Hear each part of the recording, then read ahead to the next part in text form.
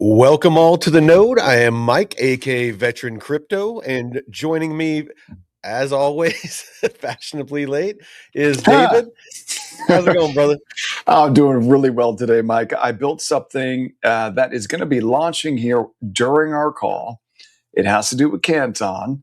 Okay. And dude, if you click on the Learn tab there, real quick on the homepage, if you click on that little Learn tab there, so yeah, man. So I'm updating all of the courses and adding a couple of new ones. And the first new one that I'm adding is not there yet, but in a couple of minutes here, it's going to be is a Canton network course. Nice. So yeah, so I built this morning. I spent the first couple of hours of my workday this morning building a Canton network course, dude. It literally takes you from knowing nothing about Canton Network Mm. to literally being able to build a DApp on Canton Network. So pretty freaking awesome. And then the next, Once that's done, I'll post about it on X. Because I mean, there's a lot of people out there that are looking to develop and stuff like that. So I think it'd be valuable to maybe help them fine tune their skill set. yes, 100% it will be. And so that is, I think, dude, that's going to launch like during our call. Like it's in the process of being built like as we speak. So pretty cool.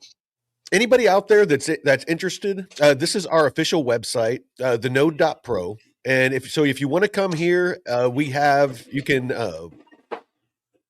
you can go through DeFi University. So this is, if you know nothing about crypto, nothing about DeFi, you're just interested in learning. David built this out, and we offer it here free. There's no catches, there's no gimmicks. Other people charge a bunch of money for stuff like this. We genuinely just want to educate people on these at this asset class. So if you're interested in either if you're intermediate, if you're advanced, we teach advanced DeFi strategies, things like that. This right here is invaluable, and again, 100% free to all of you out there. If you want to join our community, this is our 100% free community. Again, other people charge for stuff like this. You're welcome to come in here, and you're welcome to chat with the group, and find other people that no matter what asset that you're interested in. If you're interested in XRP, we bash on it all the time, or I should say, we point out the facts. We're not bashing. We're pointing out facts. Yeah, we're just pointing out facts. But a lot of people take that as FUD, but facts aren't FUD. And on that topic, I was talking to Mikkel, a huge XRP maxi for years. Back when I held XRP, I used to watch him all the time. Hats off. He stepped up this morning. Somebody tagged him on a short that we did talking about XRP, and with me calling out the XRP maxis, and he said he was willing to come on. So hats off to him. He's going to be on tomorrow's show. David's going to moderate, and it's going to be fact based. It's going to be logical. It's not going to be speculative. It's not going to be if this, and there's this document that it mentions XRP. It's in it's some obscure page 78, and that means that they're adopting it. Fact based, data based debate, cited sources. And that's happening tomorrow. So excited about that. Me too. That's going to be really exciting, man. I can't wait to moderate that debate there. I think it's going to be extremely entertaining. I mean, Mike, you're going to come with all the facts, and we're going to see, what's what. It's going to be cool. And I hope that he, comes and he teaches us something that we didn't know about XRP, and it's some hidden gem that's gonna make XRP holders rich. I hope, but I hope so too, man. Look, I want people to make money. I want to make money. I want people to make money. I want everyone to succeed. I think the best way to do that is gather as much information as you possibly can get your hands on. Yep. So tomorrow's the day. We're gonna see if if he comes bringing the receipts, and what he has to say about XRP, and I've heard some of like I said, I've watched a lot of his stuff in the past, and this morning I watched another one just to kind of see, how his narrative has changed, and it seems like it's pretty consistent. He points out a lot of the same type of stuff, and finds documents, like with Wells Fargo, the one I watched this morning. He was talking about Wells Fargo and something that they were doing with Ripple, and I did some research into it, and unfortunately, what they're doing has nothing to do with the services that Ripple's offering. It's one of the services that has nothing to do with the XRPL or involving XRP in any way whatsoever. So, it was presented that it was bullish for XRP, and that potentially it was a foot in the door to for Wells Fargo to use XRP in the XRPL, and it's just it seems to always be the case. It's always that Ripple is being used, not the XRPL or XRP, and it just seems to be this repetitive thing. And all the use cases that are put out for that Ripple or that XRP and the XRPL is supposed to address, I just see way too many other projects that are actively being adopted. The upgraded Swift project with Chainlink and Linea, Canton Network. There's just a bunch of other ones out there that are addressing all of the pain points that we've been told that the XRPL and XRP was going to solve. Even Ripple, they launched RLUSD because XRP had way too much exposure to volatility to be an asset that banks and institutions wanted to use to move liquidity. And so it's just I just do not see the bull case. But again, hopefully he brings something. Yeah, I mean, look, based on all of the deep dive research that we performed on XRPL, on Ripple Labs, I have a hard time seeing the value of the XRP coin, but maybe he knows something that we don't. I'm always open to learning. Always open to new information. It's again, we are here to learn along with you. Not going to pretend. I mean, I know a lot about XRP and the XRPL and stuff like that, but there's always things changing. That the fundamentals of XRP and the XRPL have, for the most part, not changed. But there's always new potential partnerships, and I have my finger on the pulse, and I haven't heard of anything. So again, somebody that's solely focused on XRP, like he seems to be, maybe he has more information. So this is his channel. If you want to check him out, it's at XRP Mickle. More than happy to send people his way if you want to learn about XRP. But that being said, let's jump into it. So let's add David.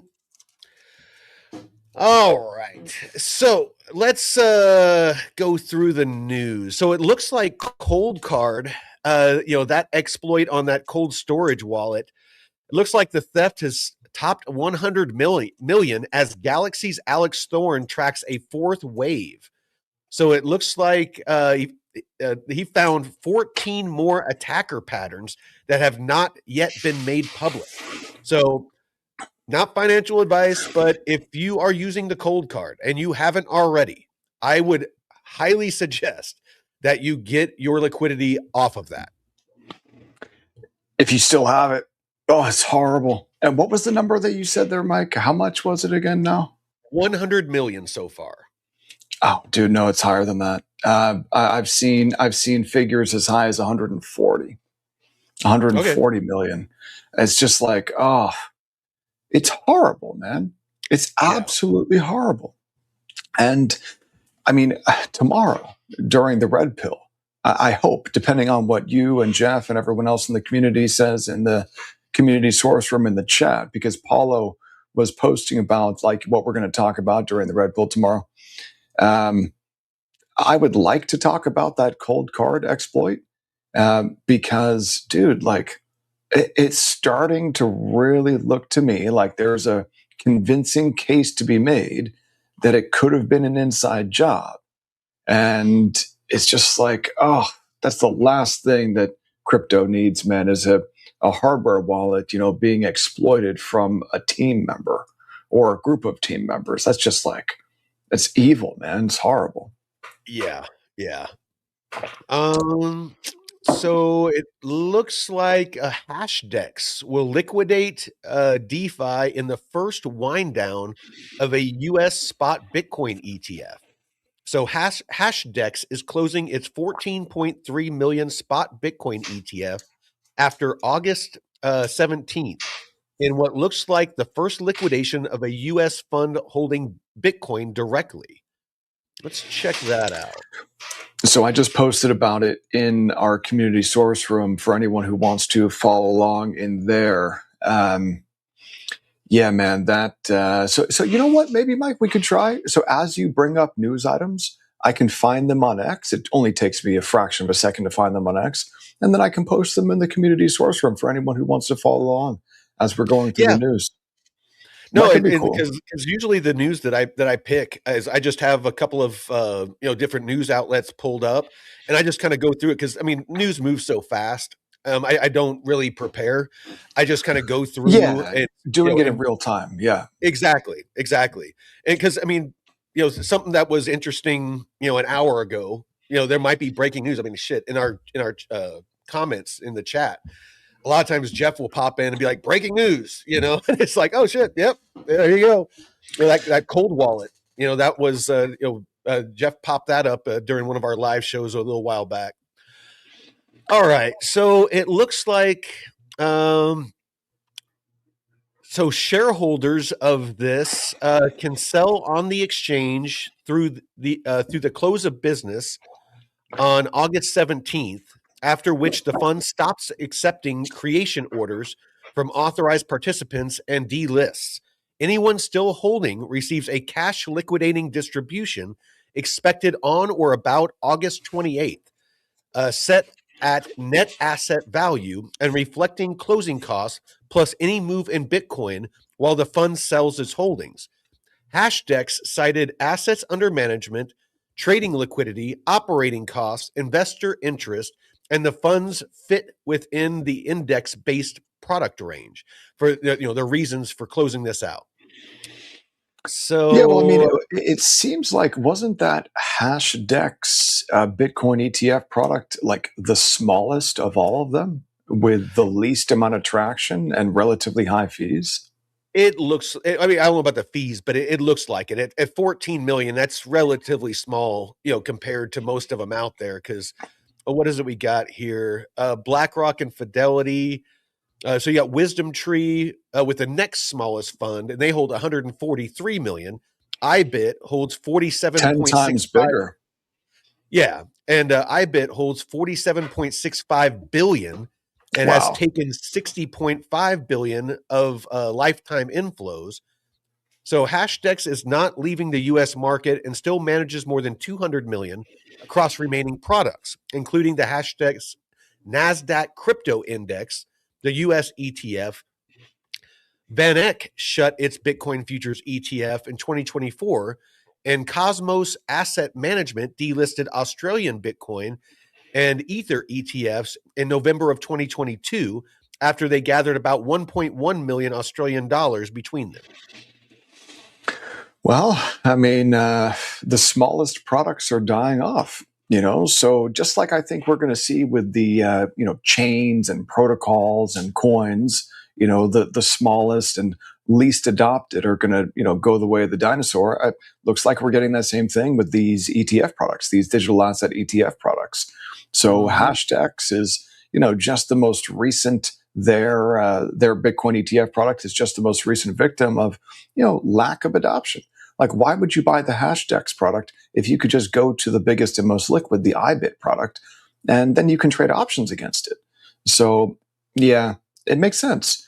We're going to see winner take most. Liquidity goes where it's treated best. Oh, absolutely. All right. Looks like Chinese AI models are defending Bitcoin wallets because US models won't. So Galaxy Digital's Alex Thorne joins Austin, Ram, and Chris on the cold card firmware bug that drained over 100 million from cold storage, plus why the researchers are chasing the next hack are stuck on Chinese AI models. So we know about the firmware bug. It looks like Alex Thorne of Galaxy Digital has traced the exploit in real time, mapping 3 confirmed waves of theft and a possible fourth. It looks like he's detailing why the researchers are racing to catch the next exploit, are stuck using Chinese AI models because U.S. frontier models refuse the security work. The I know. conversation, yeah, the conversation covers the collapse of an AI hedge fund whose assets fell from 45 billion to 10 billion before a distressed sale to Ken Griffin's Citadel. Whether Citadel timed the fire sale or simply had the cash, the multi-sig setups that came through the hack intact, and the Fed's vote to hold rates as Kevin Warsh pushes to make it more accountable. Okay, so there were a couple of different items there. You were talking about Yeah. Aschenbrenner for a second. Yep. So Aschenbrenner, everyone thought that he was like some genius, and he is. He graduated, what was it, Columbia or maybe it was Princeton. I'm not sure exactly which Ivy League school he graduated from, but he graduated valedictorian like at 19 years old. He got in like at 16 or something like that. So Yep. absolutely brilliant individual. Unfortunately, not so brilliant when it came to managing a hedge fund.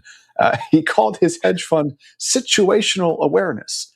And, he wrote a 167-page paper, I think. He was able to get like $200 million of investment, maybe a little bit more than that. That was his seed money. Dude, $200 million in seed money. Okay. Yeah. And then he took that seed money and he turned it into like 40 billion or something like that. Like massive, massive performance. The problem was he was just levered long. He was basically levered long like a handful of companies and levered short a handful of others. And so when we had this pullback recently, just basically last month, the pullback last month and all the chip stocks that he was levered long, it damn near wiped him out. So he was forced to exit all of his positions, dump them to Ken Griffin, who is the chair of Citadel. That's the biggest market maker on the planet. So he literally exited his positions, was forced to exit them. Ken Griffin picked them all up, like on the bottom. That marked the bottom. And on the day that Ken Griffin at Citadel picked up all of Aschenbrenner's positions, he made like 30% on all of them, like that day. It was like a $3 billion day for Ken Griffin at Citadel. So, yeah, man, sometimes these events mark local bottoms. And it seems as though that's what's happened in markets. Because since Aschenbrenner's, basically it was a liquidation. It was a fire sale. Like he was forced to exit. So he was running like 400% leverage. So if you're dude, if you're levered long, and then there's a 50% pullback in all the chip stocks that you're levered long, you're going to zero, man. So he was forced to exit his positions. Ken Griffin at Citadel picked them up, made a bunch of money that marked the bottom, and the S&P has been straight up ever since. That was just a couple of days ago. So man, this is things move fast. Things move fast. So Ginger Prince, he posted in on the No.pro and community, and he wants your take on this. I guess Cardano and Injective have entered into a partnership. So let's click through to this and let's get David's take on it.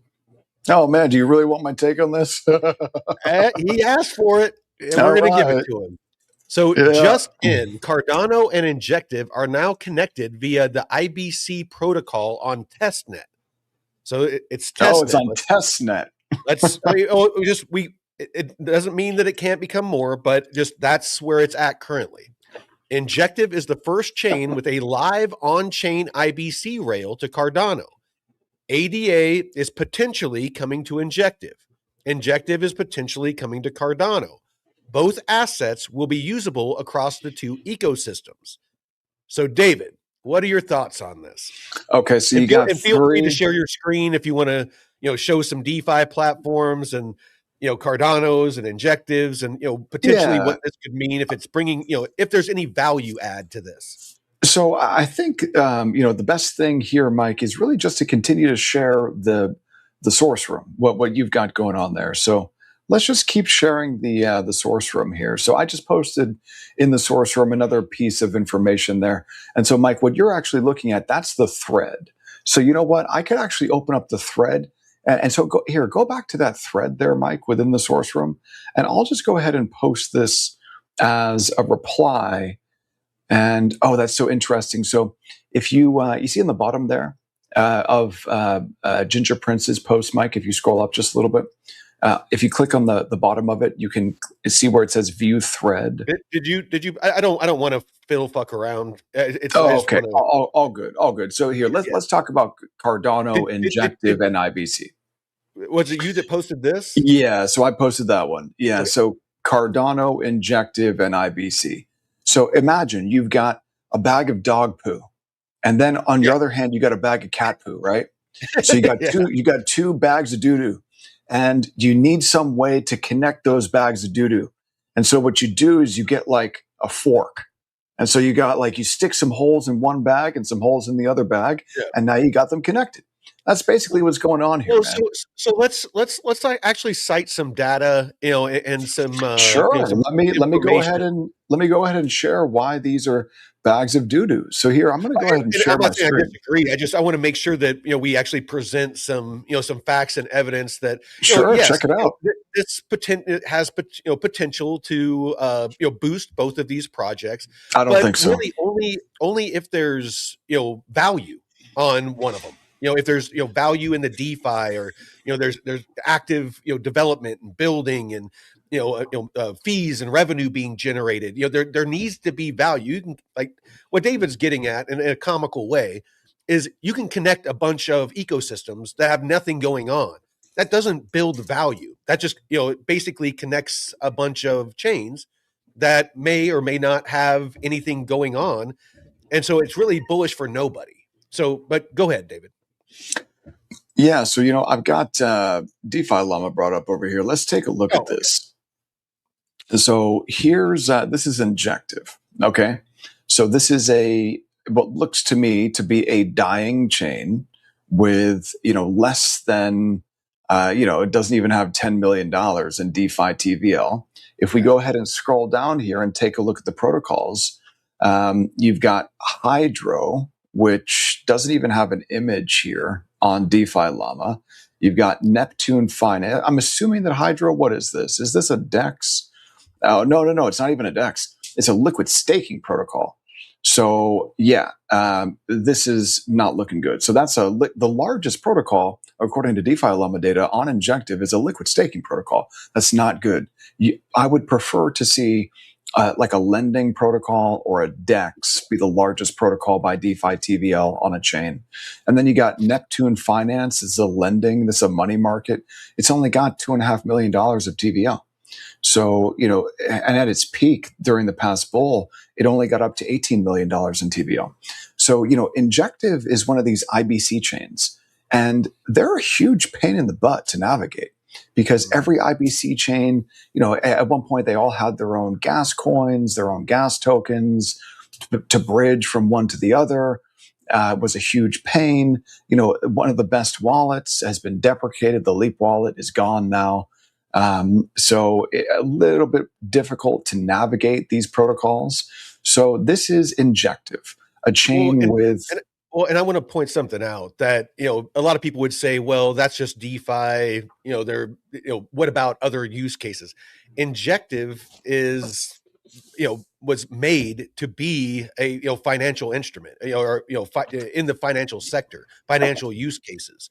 So, I mean, DeFi is part of that. I mean, that's what's going on right now is you have, institutions, banks, things like that, that are upgrading, the legacy rails, with blockchain technology. And you see, Ethereum, Canton, Solana, a lot of these other, projects that are actively being adopted.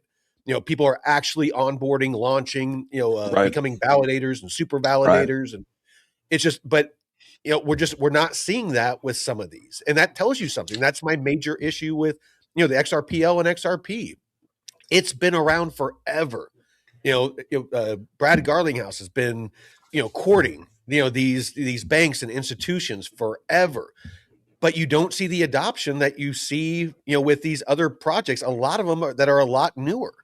So I mean, I would tend to agree with David that connecting Injective that has less than $10 million of liquidity in DeFi, and it's supposed to be for the financial sector, with Cardano that we've done a deep dive on. Both of these we've done a deep dive on that we have on the node.pro, and both of them have no DeFi to speak of, no liquidity.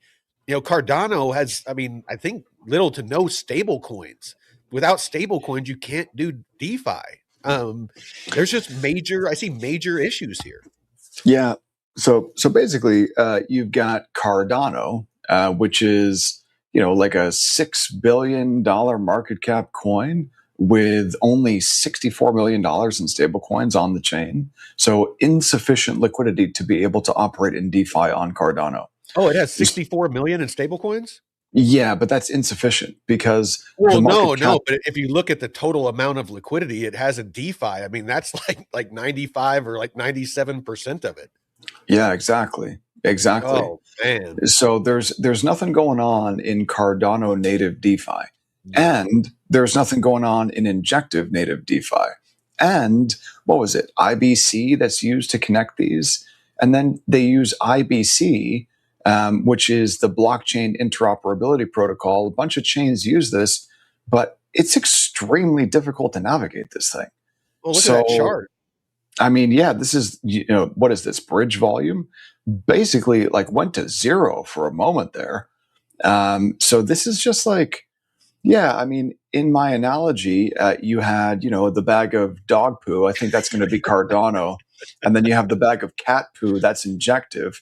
Yeah. And they're merged together by sticking a fork in each of them so that they can yeah, dude, I mean, look, I have a hard time getting excited about two dying chains merging together with a protocol that kind of sucks. So, yeah, I want to focus on my analogy would be two people who don't know how to swim, clinging to each other, trying to save each other, from drowning.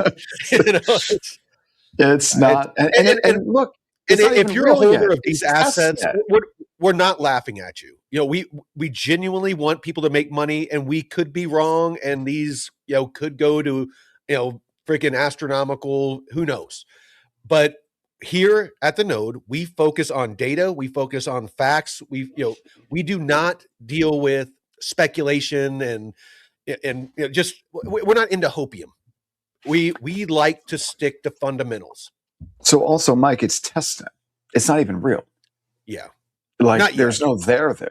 It's so I would much prefer to focus on something like Canton Network, man, where there's some there, real adoption, real developers building real dApps that drive real value for institutions that want to bring trillions there. I think that's where the value is on Canton Network. And if you're interested in learning more about Canton, we talk about it a lot here. Scott over, I always forget the name of his channel. Longview Compute. Yes. Yes. So if you want to find him on X, Longview Compute, by far he's very much a Canton maxi, and but he's the most knowledgeable. I mean, we're pretty knowledgeable about it, but he's much more knowledgeable about it than we are, because again, he focuses on it. And rightfully so. But if you're interested on keeping up on everything, Canton Network, the Canton token, this is cantonnews.org. We've partnered with them. We're not getting paid in any way. That's our big thing here, is we do not get paid, and we make sure that people understand. If they do interviews with us, if we partner with them like this, doesn't mean that we're going to pull punches. If we see an issue with a project, we are going to point it out. It doesn't matter if we're invested in it or not. We're all about facts. We're all about integrity and honesty here. That being said, This is a great place to get information and news. And this is what David's talking about. The there. You can come here and under latest news, 2 hours ago, Nanolabs approved as Canton Network validator. 6 hours ago, Party Layer passes 106 NPM downloads and announces its new roadmap. Temple Digital Group and Redstone partner to bring pricing infrastructure to commodities, which I think is a big one. I want to read that. One exchange approved as Canton validator for RWA tokenization. Boostery plans Canton multi-chain wallet with digital asset, the company that built Canton Network. FOMOPay receives Canton validator approval. Franklin Templeton becomes Canton super validator. This is all, this is every day. You're seeing people becoming validators, super validators, launching products, launching, the DTCC that did a soft launch for tokenized commodities, or excuse me, tokenized securities. You have the repo market that is generating, what is it, $60 million a month in fees. And that's going to go up. Yeah, that's $2 to $3 million per day, 100% of which is used to buy back and burn programmatically the Canton token. However, we will always point this out until it's not the case anymore. The Canton token is still inflationary. We are waiting for it to flip deflationary, but it is still inflationary. Again, we're going to point out the good, the bad, and the ugly here. So now that burn mint has gone up from yesterday to today, though, Mike. It's gone up to 0.70. Nice. That's a positive. That's a positive. That is. Especially with CC sitting at, what I think is actually a little bit below that level of support that I had drawn on that chart there. So that level of support came in, back on the beginning of January. It was actually Monday, January 19th, when CC token hit a low of 10.7 cents. And as of right now, today, a CC token is trading below that low. So CC token has broken down. It's broken down below its level of support from the beginning of the year. So you see what Lower Fox is saying there, Mike? BME is burning more with these lower prices. That's an interesting point. What do you make of that? Well, I could see where that's. I honestly, I don't know, but I will look into it. But that could be possible because feel free to fact check me on this. But if the price is lower and they have to buy, it's paid for in. It's priced in US dollars, but paid for in Canton. So with a lower CC price, you would have to buy more CC to pay the fee. So that would be more CC being burned. Would the math on that? I think that's how it works. So, the dollar amount that's being used to buy back and burn, isn't that basically what it is? It's a buyback and burn mechanism? Yes. Yeah. So if it's still doing, if we take a look at, I'm over here on Canton Scan. So the daily burn activity. So it looks to me, yeah. So here's that Canton Scan tab that I've got shared right now. So I'm looking right here.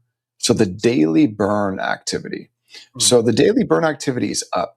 So $1.71 million burned as of yesterday. So it looks like these data update once every 24 hours on cantonscan.com. So $1.71 million, that's 15.3 million CC burned yesterday. So if that burn, if the token is cheaper in US dollar terms, then as long as the revenues on the chain maintain, what they're at, then more tokens will be burned. Yeah. So that basically means that as the token US dollar value falls, more tokens are burned, which as long as the revenues on the chain maintain where they're at, then that would actually mean that the burn mint would go up as the token price falls, that the burn mint ratio would go up. That's interesting because that would help with price stabilization potentially. It should, right? It should, especially as that mint declines over time. So I had this channel drawn in here, and just taking a look at this little bit of technical analysis. The important bit here is the low from Jan. So those January 2026 lows at 10.7 cents, CC has broken down below those lows. So, we're in the beginning of August. And, I think that we're getting pretty darn close to a bear market bottom for Bitcoin.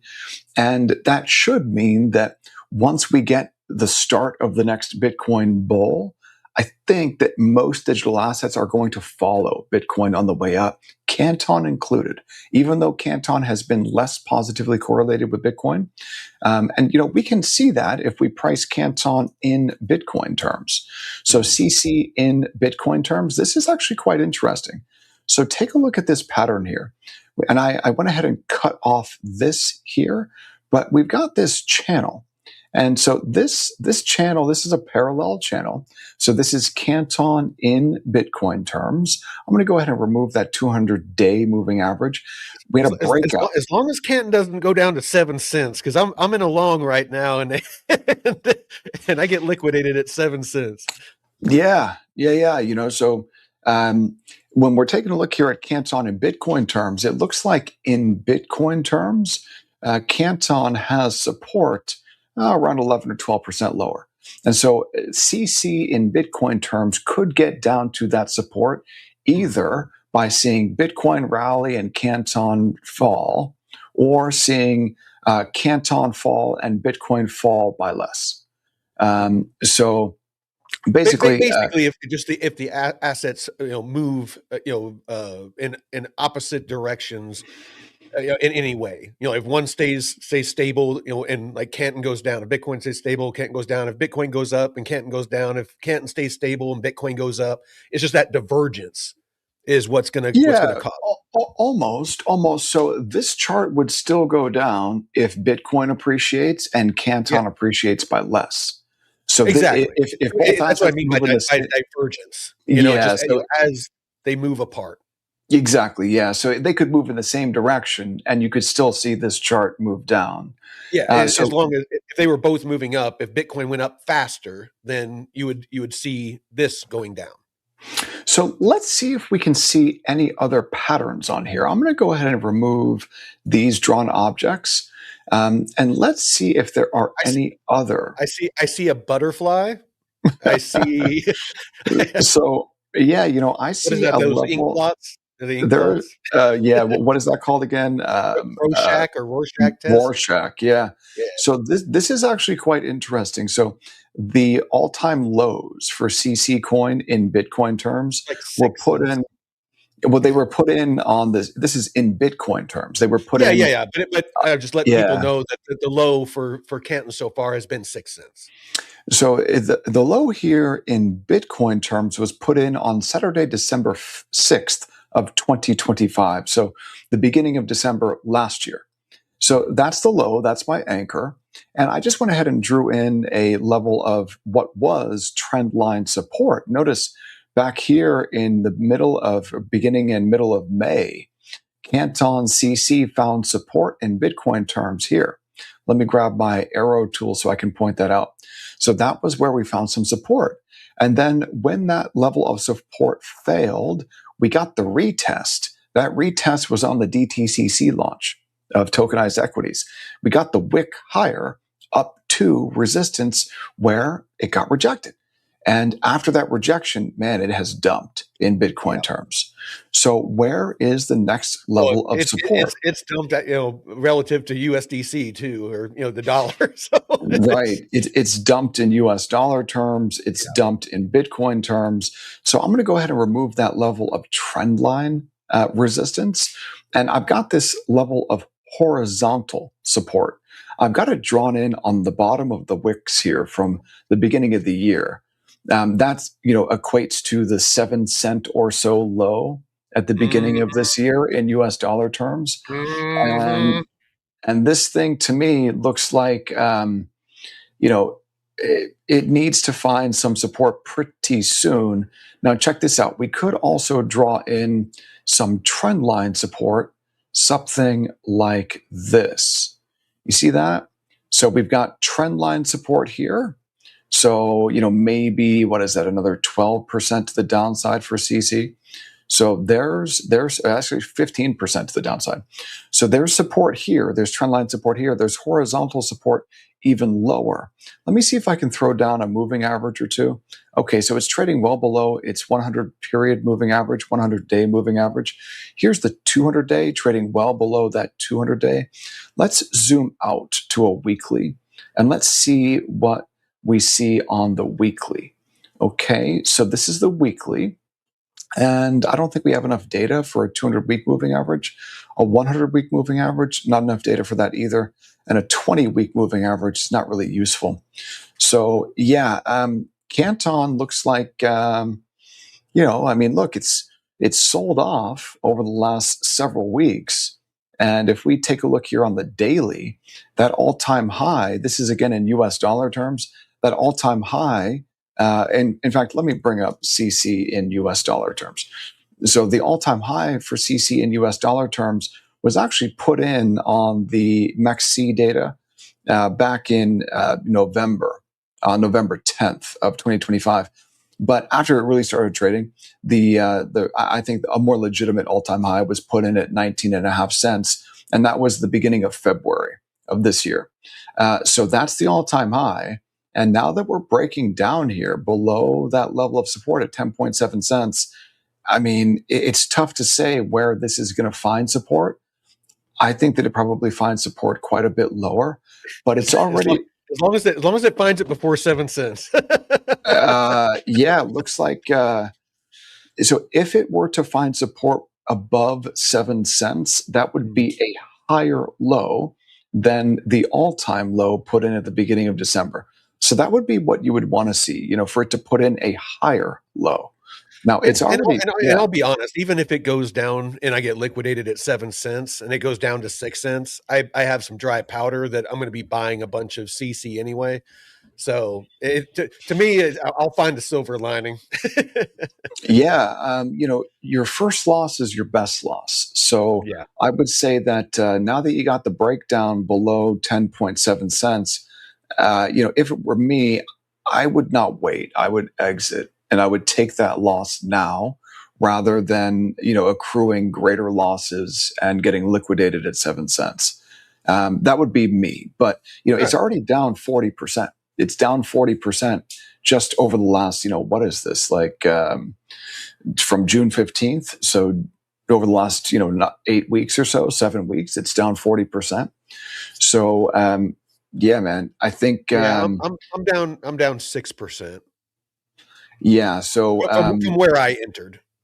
yeah, so I would consider if it were me, I would consider exiting the position, realizing the loss, just so that you don't accrue larger losses.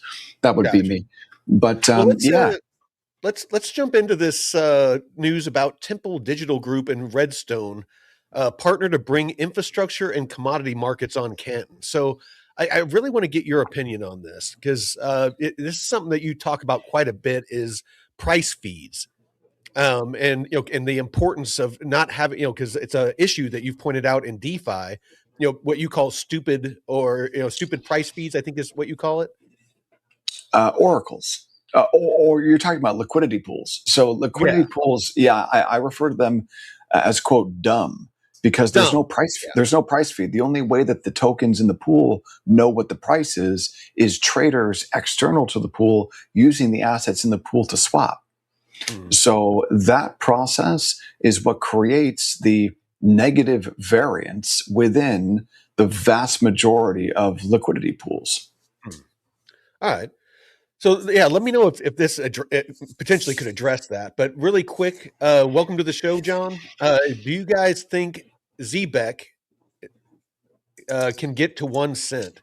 No, I don't do No. price predictions, and I'll be honest. We did a deep dive yesterday on ZBEC. If you want to check it out, go to the Node.pro in the Intel library, and you can watch that deep dive. So Actually, here, let me, I'll show you where to find it. So if you're interested in that deep dive, go to the node.pro Intel library, scroll down. You can search for it, like here in the search bar, but we just barely did it. But here it is. And there's, video, there's literature in there. We cite our sources. You can, they're all hyperlinked to where you can go and fact check us. I didn't see anything that made me overly bullish on Zebek. I did like the payroll aspect, that use case. I very much liked that, but as far as the token itself, I didn't see a whole lot when it came to value accrual. And correct me if I'm wrong, David, but I mean, did you see anything that made you bullish on the token? Nothing at all.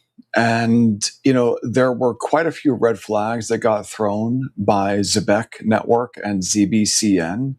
Number one, it looks like they deprecated their layer 3 chain. I couldn't tell if it was a layer 1 or if it was just a token now on Solana and EVM chains. It looks like the ZBCN token is just a token now on Solana and EVM chains.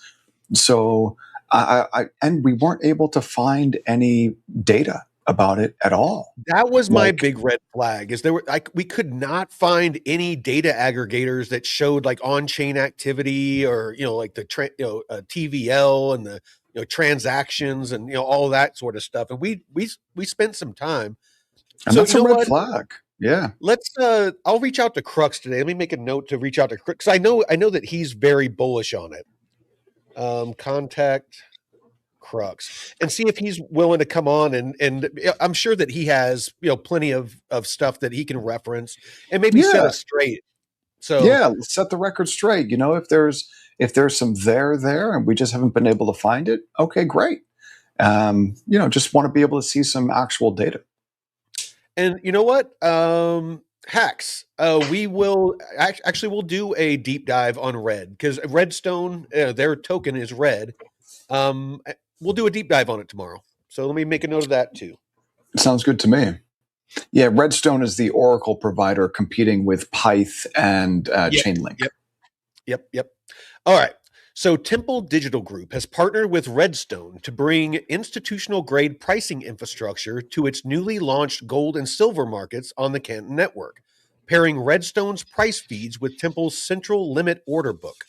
Redstone delivers custom price feeds designed for assets that require more than standard market data, with an architecture built to remain resistant to manipulation during volatile market conditions. The firm is the primary oracle for tokenized products, including BlackRock's BUIDL, Apollo's Accred, and Hamilton Lane's Scope, and secures billions in on-chain value across more than 110 networks.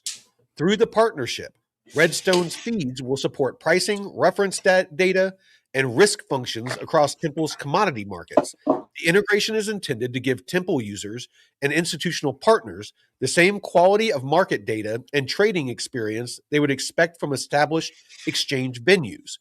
Temple operates Canton's leading exchange and RFQ venue for tokenized assets.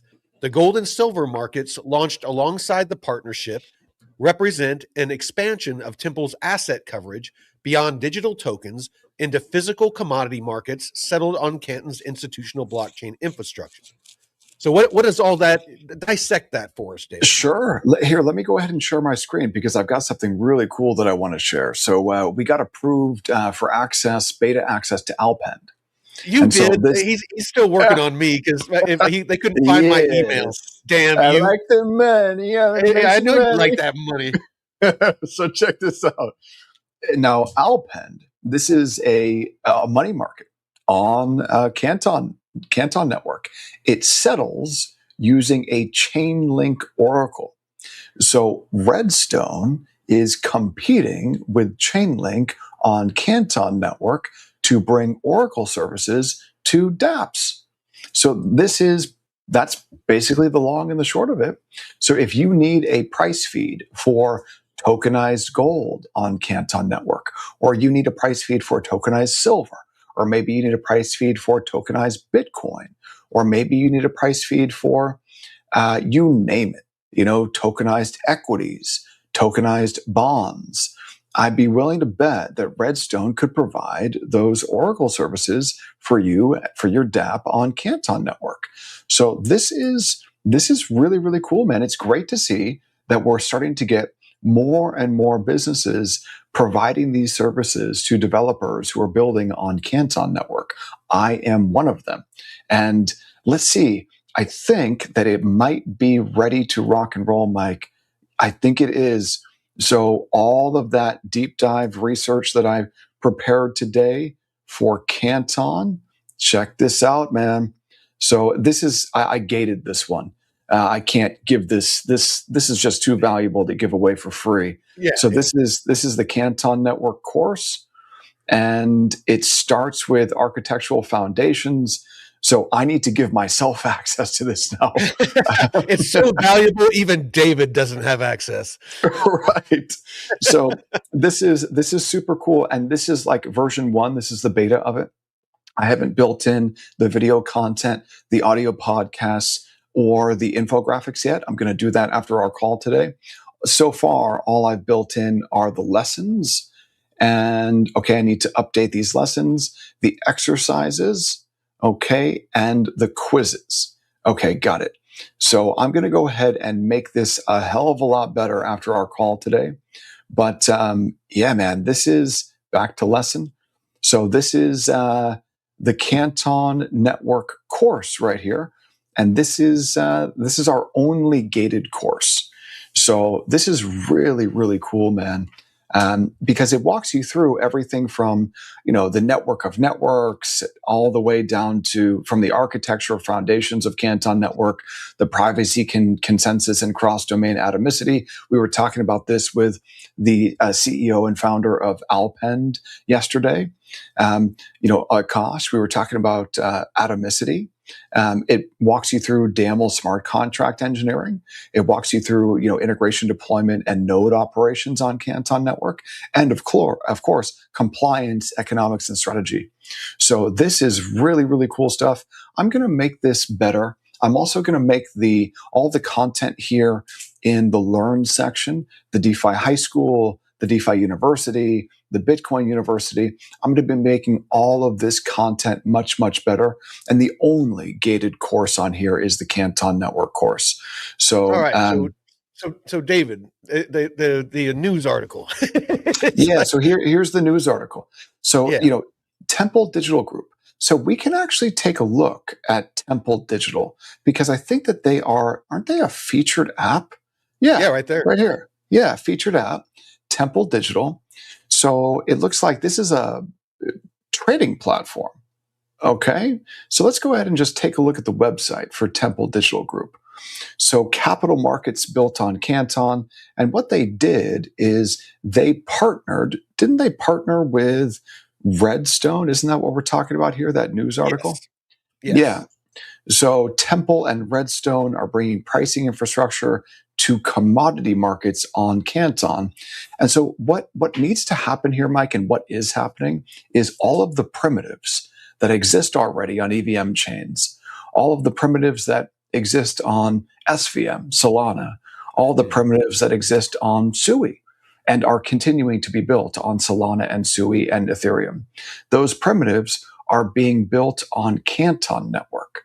Yep. So as those primitives get built on Canton Network, then it enables a developer like myself or anyone to build dApps on Canton, which is extremely exciting because the grant programs that are running right now to fund developers like myself and many, many others to build on Canton Network, they are significant. So if you've got a great idea and a laptop. It was significant. Yeah, man. All you need is an idea and a laptop, and you can build something awesome on Canton Network. And, that's what I'm excited about. So that's why I built all that educational material. Like, I would love for people to be educated on Canton Network, myself included. That's why I built out that educational content today. So, yeah, what else is going on in the world of Canton today, Mike? Hold on, I am Moneymaker XRP is claiming that that there's a partnership.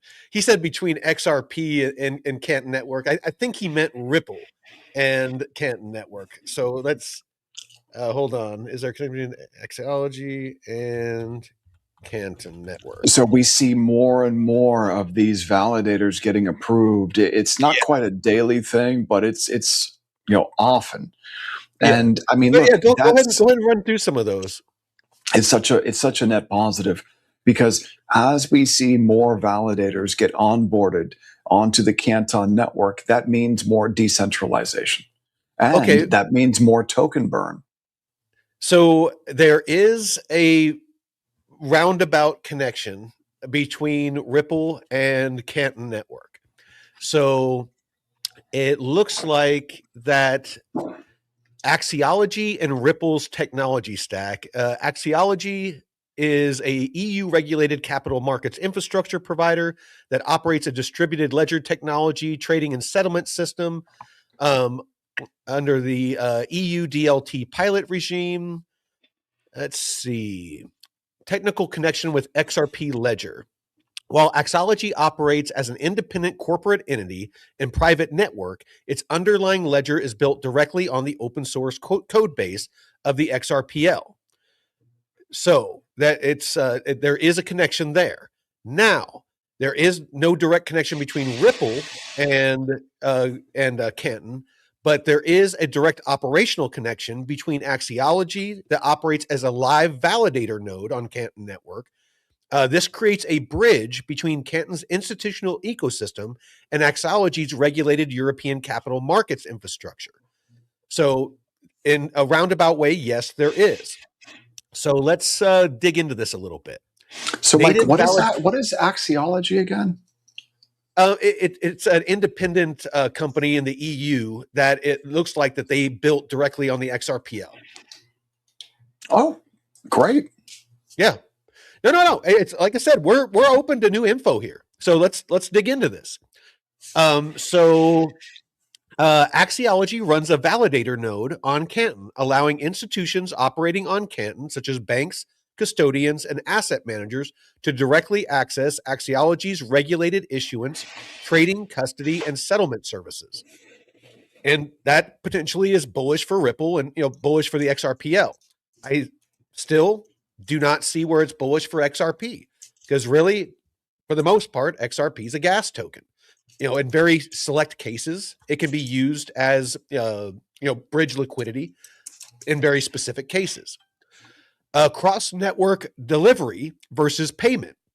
Participants holding tokenized cash or collateral on Canton can execute atomic settlement against tokenized securities, such as bonds and equities, issued on Axiology's venue without leaving the Canton ecosystem. Multi-rail technical stack, because Axiology's core platform is built on an enterprise adaptation of the XRPL code base. Running a Canton validator effectively enables Axiology to act as a dual rail gateway, linking the XRPL derived market infrastructure directly onto Canton's privacy enabled institutional network. Now, if this, with this, I want to make sure I phrase this right. So as soon as something is bridged from Axiology, if all the liquidity and all the transactions are happening on Canton, that is not bullish for XRP. That means that XRP is not being used as gas. It means it's not being used as a bridge asset. It's not being used at all. That's the same argument that I had with RLUSD for a long time. Like 60-70% of it was on the Ethereum mainnet and didn't use the XRP ledger or the XRP token at all. So I can see where this has potential to increase the usage of the XRPL. I would honestly like to do a deep dive into Axiology and see how much TVL they have. What kind of transactions are they processing? Because looking at XRP scan, just the data, as I don't see on the XRPL, I see decreasing use of the XRPL, not increased.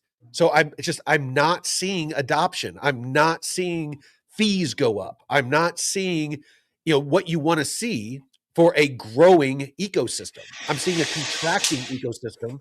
And XRP, again, it's a very cheap gas token. That was one of the major selling points, that it's cheap and fast. And a good part of the utility of the XRP token was taken by RLUSD. Yeah, I thought that there was intentionally no value accrual to the XRP coin. That was my understanding there. Yeah.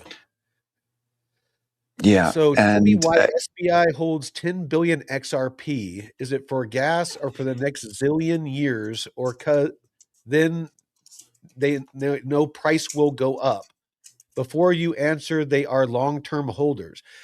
These institutions are holders as long as they see that there's benefit. Yeah, but that's not even true, dude.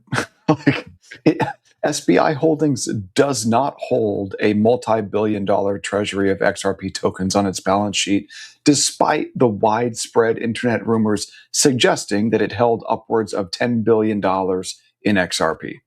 SBI Holdings CEO Yoshitaka Kitao publicly addressed and clarified these claims, outlining the exact nature of SBI's financial exposure to XRP and Ripple.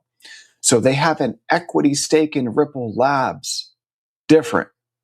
Okay. XRP, this is a huge disconnect that a lot of people that hold XRP do not understand because they listen to the maxis. Just because something is bullish for Ripple does not mean it's bullish for XRP. They have a bunch of products and services that they offer that do not include the XRP ledger and XRP. They have been moving away from being focused solely on the XRP ledger and XRP. They have been trying to become a bank. They have been acquiring, smaller institutions that hold bank licenses and, regional basically licenses to operate, like in the EU and these other places. You need to understand what it is that you hold because, I was listening to Mickle that's coming on to debate me tomorrow. He was, going on about Wells Fargo. In fact, I'll bring that up real quick. So he was going on about Wells Fargo and Ripple's acquisition of G Treasury. And the bottom line is that, and I kind of want to save this for tomorrow, but the context, traditional APIs versus on-chain banking.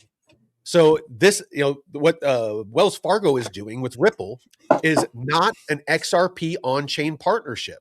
The Wells Fargo integration with Ripple Treasury uses standard corporate banking APIs for data transmission and reporting. It does not mean Wells Fargo is currently utilizing XRP or the XRP ledger for cross-border liquidity in this framework. Not to say that something else couldn't evolve later, but this was being presented as being bullish for XRP and the XRPL when it doesn't even use it. Yeah, the problem for me, Mike, with XRP maxis is that it seems as though most of the information that they post is either misleading or just blatantly false. And, that leads people to get wrecked by buying a coin based on, information that's just fake news. So, yeah, man. Before we jump into the deep dive, I apologize. Lower Fox, has plenty of XRP and want nothing more than the number to go up, but I'm done with the BS facts. Show me where SBI holds 10% of supply. They don't. You know what? That is a great mindset to have. We're not telling you to sell your XRP. Can you make money on XRP? Absolutely. We've seen it before. I made a bunch of money on XRP. I bought over 40,000 XRP at an average buy-in in the low 30-cent range, and I sold it at $2. I made a bunch of money on XRP. You can trade it. There's plenty of volatility, plenty of interest. You can make money on it. We are just calling out the factually incorrect statements that are put out about XRP, the XRPL, and Ripple. That's all we're doing. So, yeah, if I was to buy XRP, this is what I would have to do to pick up some XRP. I would have to find.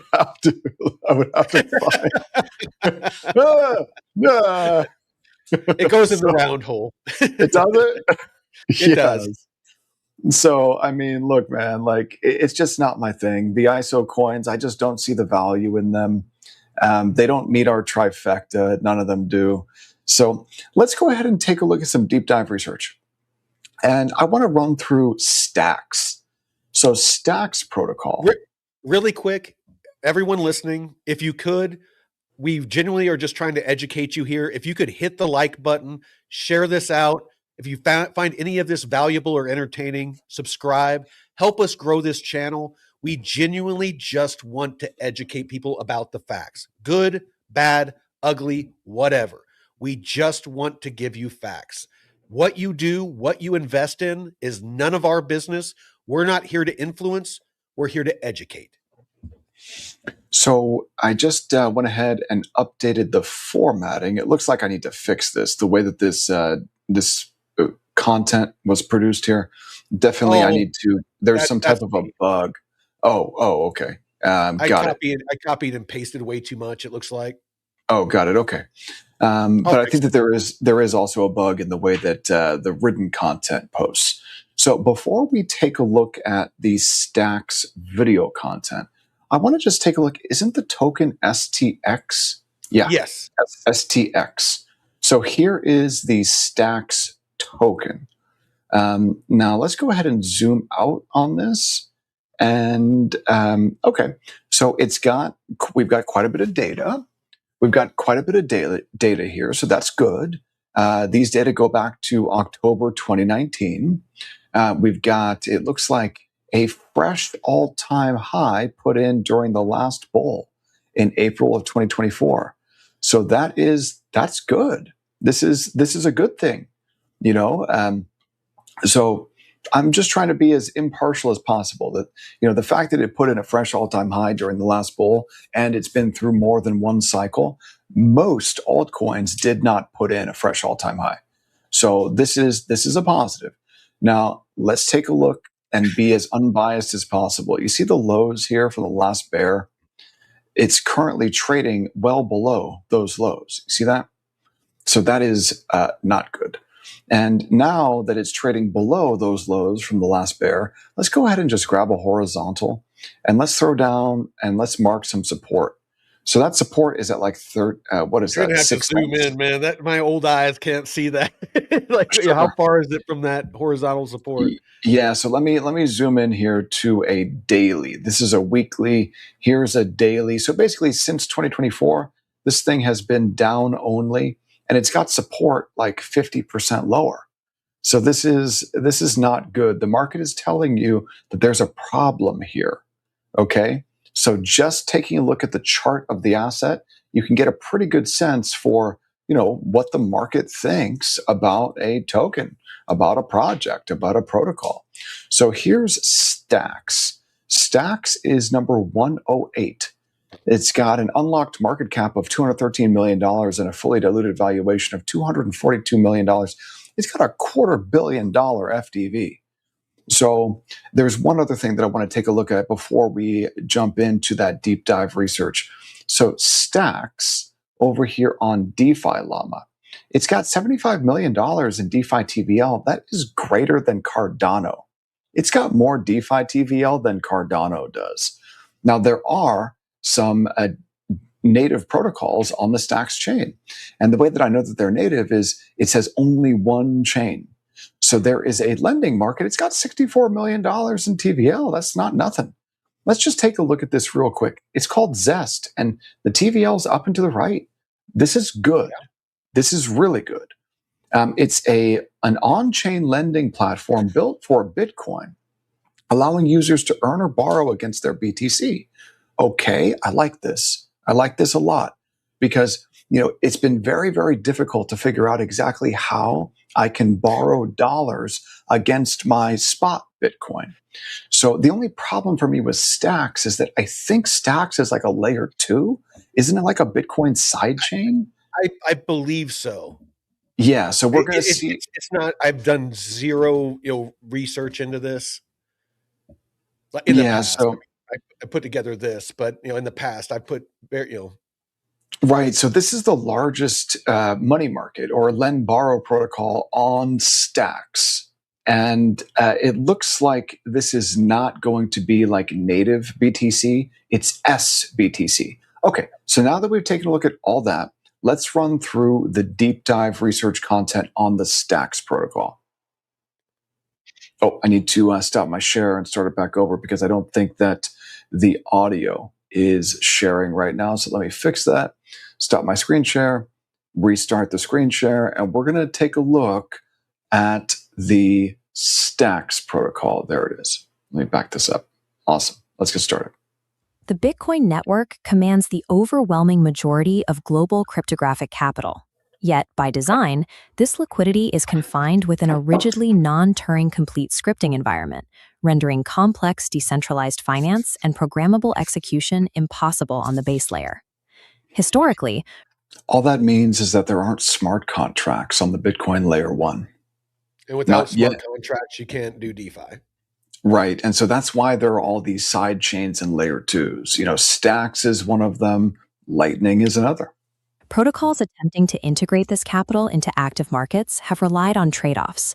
They either demand modifications to Bitcoin's immutable consensus rules, or they force users to surrender custody of their assets to federated multi-signature bridges. The Stacks protocol approaches this execution paradox differently. It operates as a dedicated execution layer that periodically anchors its state transitions directly into the Bitcoin blockchain, introducing smart contract logic without altering a single line of layer 1 code. Right, but does that mean that we get an actual increase in transaction volume on the Bitcoin layer 1? I don't think so. Compare the static architecture of a Bitcoin base layer block on the left with the active Stacks ecosystem metrics on the right. Notice the 1.6 million cumulative wallets and $545 million in SBTC total value locked. This influx is driven by the underlying economic architecture. Two distinct consecutive protocol upgrades deployed between late 2024 and 2025 drove this structural shift. The Nakamoto consensus architecture and the POX5 tokenomic model. Together, these systems establish a closed-loop economic engine. They convert Layer 2 computational demand on Stacks directly into native, non-custodial yield on Layer 1 Bitcoin, maintaining strict adherence to base layer security. Okay, hold on a second. I gotta back that up. I want to see that one more time. Architecture and the POX5 tokenomic model. Together, these systems establish a closed-loop economic engine. They convert Layer 2 computational demand on Stacks directly into native, non-custodial yield on Layer 1 Bitcoin, maintaining strict adherence to base layer security. Prior to the Nakamoto upgrade in late 2024, the Stacks network faced a severe latency bottleneck.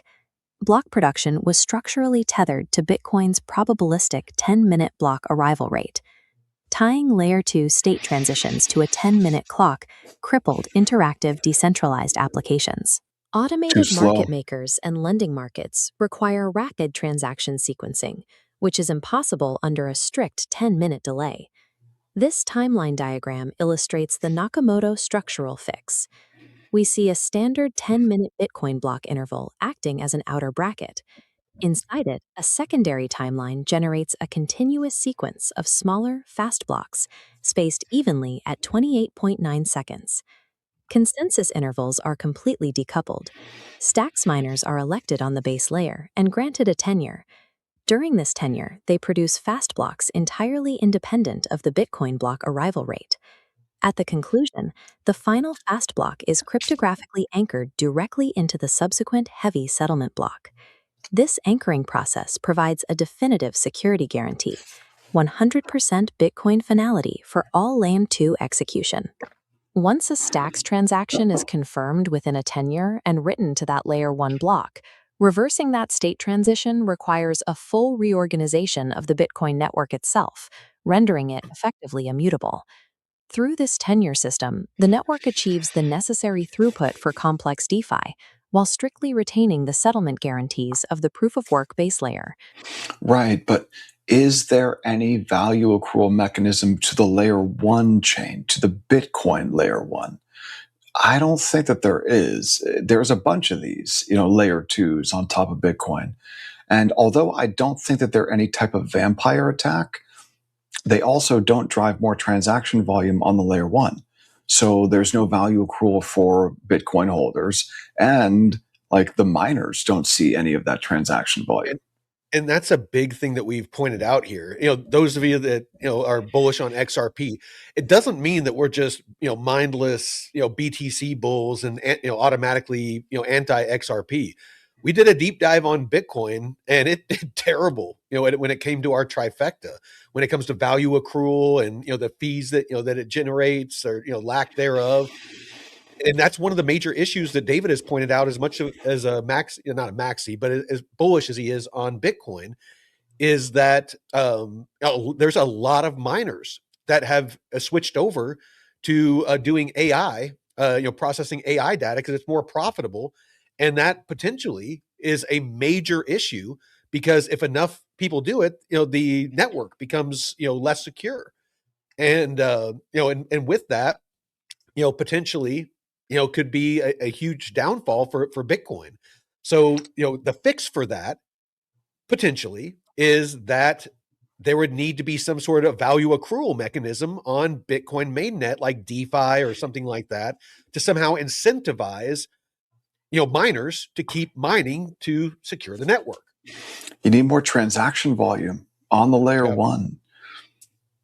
With block production resolved, a new mechanism was needed to economically incentivize miners to secure these fast blocks.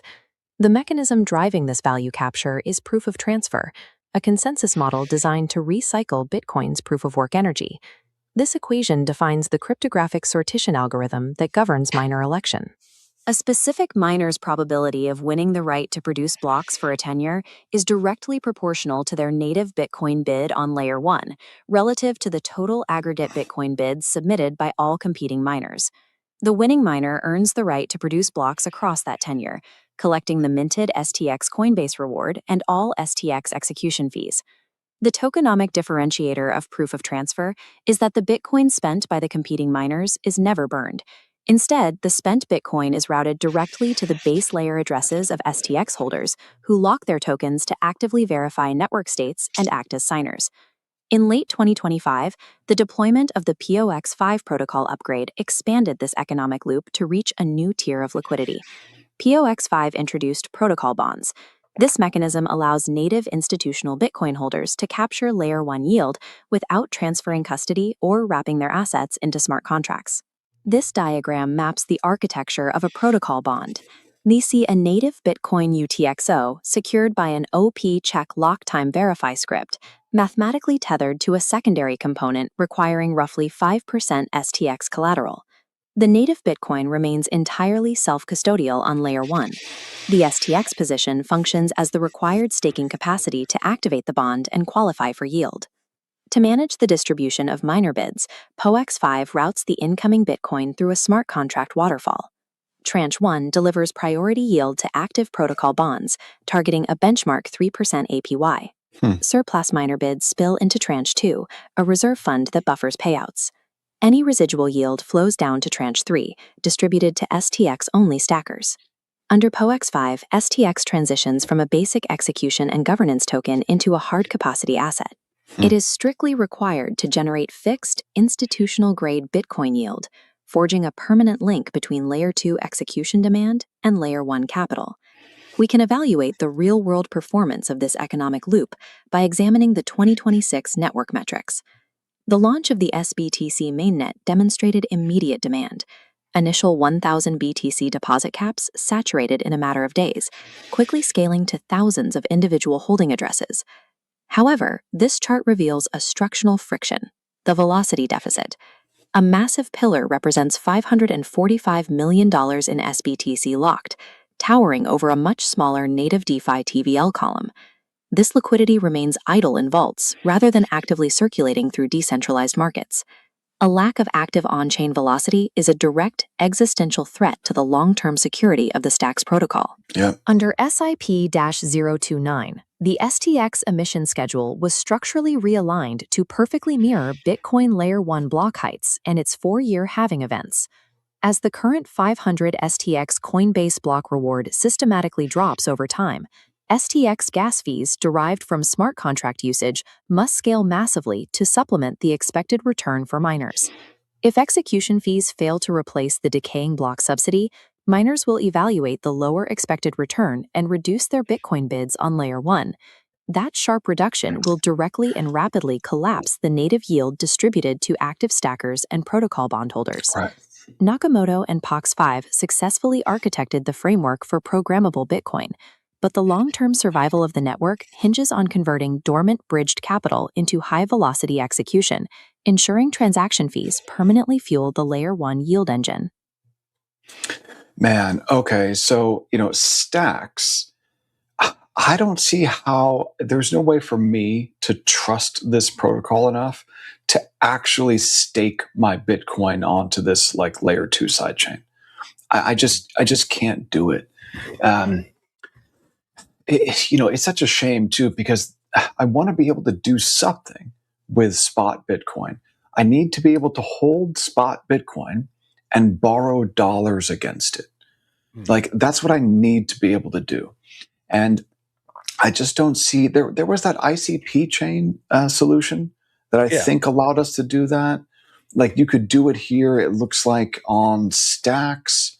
I think that you can probably do it, using a derivative, like using something like a solve BTC. But it's not actual true spot Bitcoin. You're not borrowing against true spot Bitcoin. What you're doing is you're taking your Bitcoin and staking it somehow, and then you're borrowing against that derivative on a money market, on like an EVM chain, or on Solana, or on Sui, or here on Zest, on Stacks. It's not true spot Layer 1 Bitcoin. And you end up having to maybe not give up custody, that's not the right word, but you kind of sort of are. So yeah, it makes me very uncomfortable. I wouldn't be able to do it. And these yields over here, like what? You're going to earn 1%, and that's protocol yield paid in, I think it's paid in STX, to take your spot Bitcoin and stake it and then deposit it over here on Zest. I just couldn't do it. There's no way. If I click on earn BTC yield, and then it wouldn't surprise me if there's some type of lockup period with this. Like, I can't do it, man. So if we bring it back on over here to DeFi Llama, let's take a look at some of those other protocols on the Stacks chain. It looks like it's basically Zest and Granite. So, and then we're seeing, there are some declines in DeFi TVL on Granite protocol. It says it's an autonomous Bitcoin liquidity protocol. Okay, so where is the website?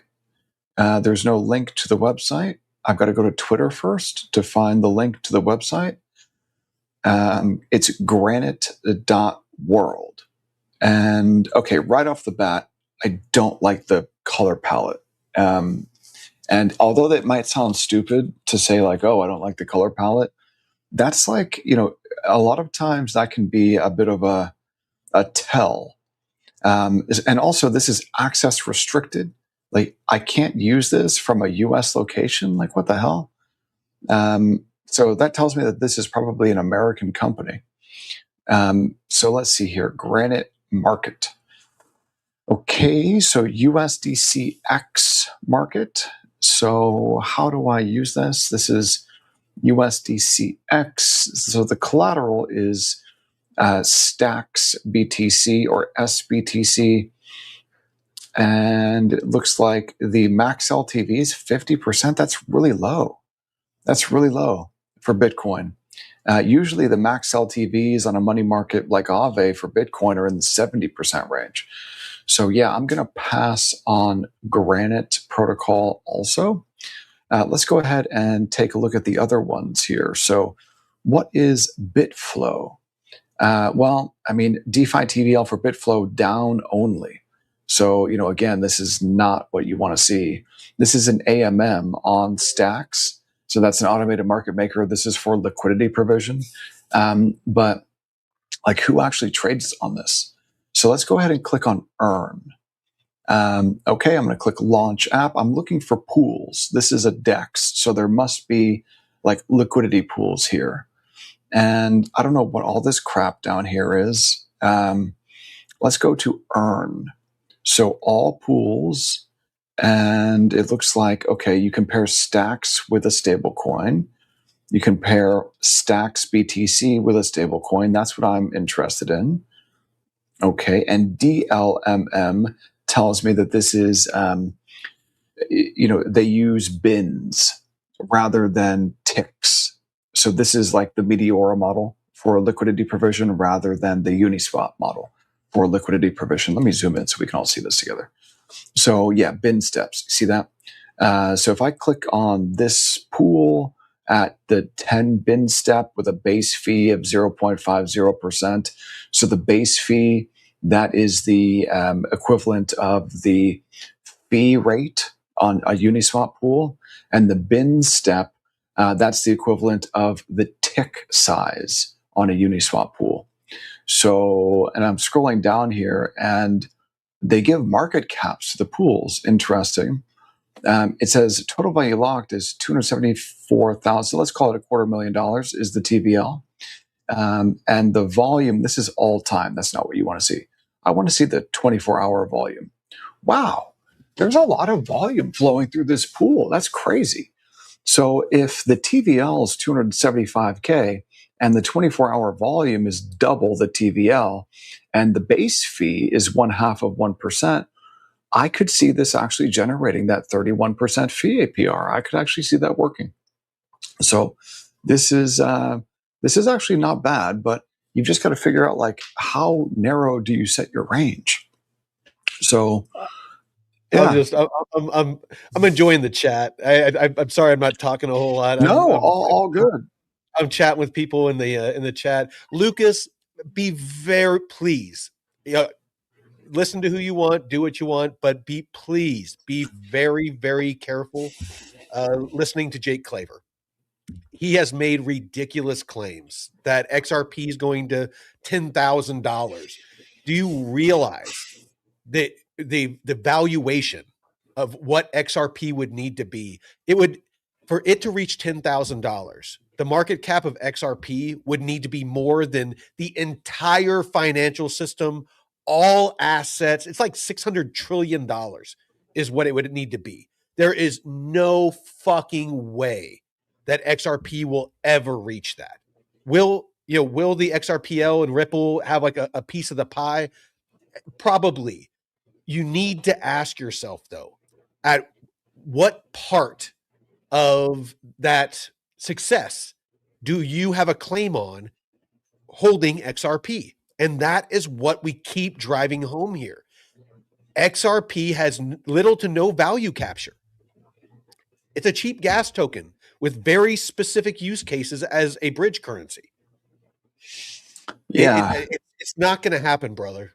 The claims that he makes, and I was hoping to do it last night. I did a deep dive on, it used to be Good Morning Crypto. It's Good Evening Crypto.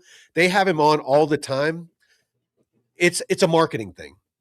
So the Good Evening Crypto they always talk about XRP. They have for years. Have a massive following because people love to hear about XRP. It's a funnel. It's a marketing funnel.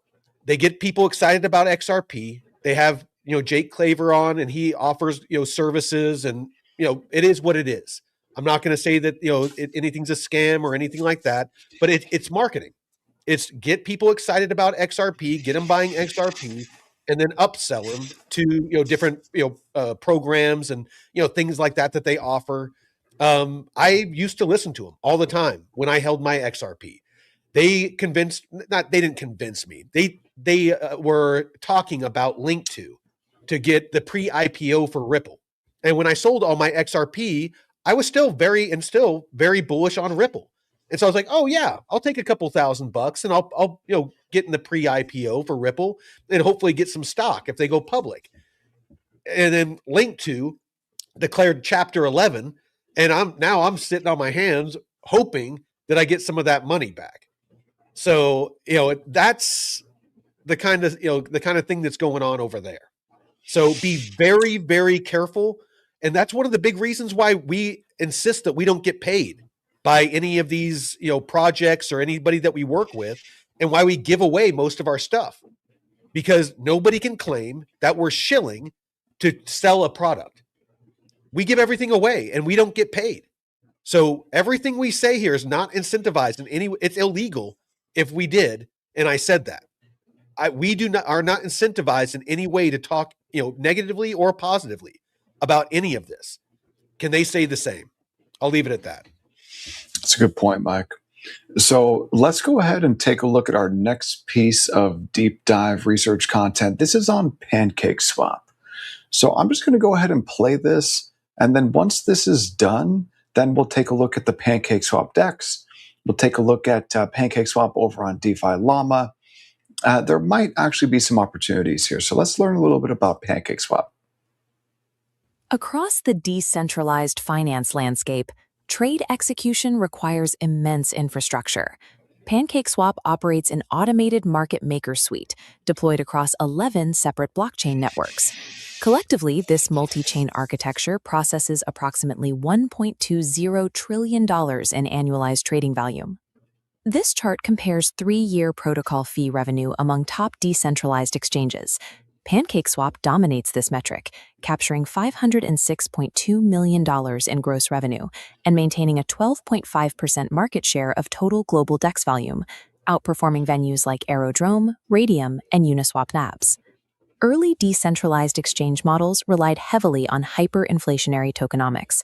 To ensure deep liquidity for traders, protocols printed endless baseline emissions to reward liquidity providers, structurally guaranteeing the long-term devaluation of their native governance tokens. Right. To break this cycle, PancakeSwap governance passed proposals establishing a strict hard cap on the maximum token supply, reducing the historical baseline from 750 million down to a ceiling of 400 to 450 million tokens. Enforcing a hard cap meant the protocol could no longer buy liquidity with endless inflation. Right. Instead, the system implemented 2 structural upgrades: a highly modular execution architecture, known as PancakeSwap Infinity, and a mathematical framework called vCake. Together, these upgrades permanently link trading volume directly to token scarcity. Abandoning inflationary rewards in favor of algorithmic revenue distribution is the only mathematical way a decentralized exchange can sustain long-term value without draining its own economy. Capturing sustainable value first requires hyper-efficient trade routing. A protocol cannot distribute revenue if its core engine is too expensive for traders to use. Legacy monolithic automated market makers suffer from severe gas bloat. Executing multi-hop swaps across these older models requires intermediate token transfers between isolated pool contracts, draining user funds through heavy network fees. This diagram illustrates the PancakeSwap Infinity architecture stack. It decouples the underlying pool liquidity logic in the AMM layer from the transaction settlement process, utilizing a central flash accounting belt and an upper custom hooks layer. The flash accounting layer relies on a single core vault smart contract. Instead of moving tokens back and forth between isolated pools mid-swap, the vault executes multi-hop trades and liquidity modifications purely via net balance calculations, settling the actual token transfers only at the exact completion of the transaction.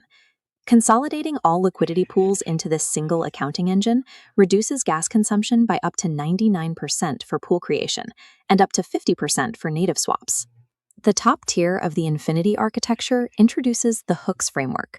This custom layer allows external smart contracts to attach directly to individual liquidity pools, automatically executing programmatic logic at specific lifecycle callbacks. This is literally an exact copy of Uniswap v4. Such as right before a swap or after adding liquidity. These hooks can run permissionless operations. For example, third-party implementations use zero-knowledge transport layer security to verify a user's off-chain trading volume on centralized exchanges. Once verified, the hook automatically applies a 50% fee discount for qualified traders directly on-chain. Decoupling isolated pool mathematics from centralized transaction settlement enables the protocol to process trillions of dollars in high-frequency trading volume without congesting the underlying networks.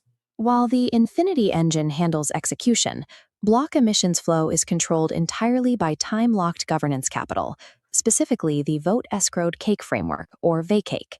VACAKE is not a tradable asset. It is a live calculated numeric derivative computed on-chain. The value is a product of two inputs, the underlying staked cake quantity and the remaining commitment time, capped at a maximum lock duration of exactly 4 years. This line graph maps the trajectory of a user's governance balance. Because the time parameter decays continuously toward zero, an unextended VACAKE balance bleeds out linearly, eventually hitting zero at unlock time. To restore or increase their governance weight, a staker must actively extend their lock duration or deposit additional collateral into the vault contract. The allocation of ongoing emissions across liquidity pools is governed biweekly through the Gauges voting system.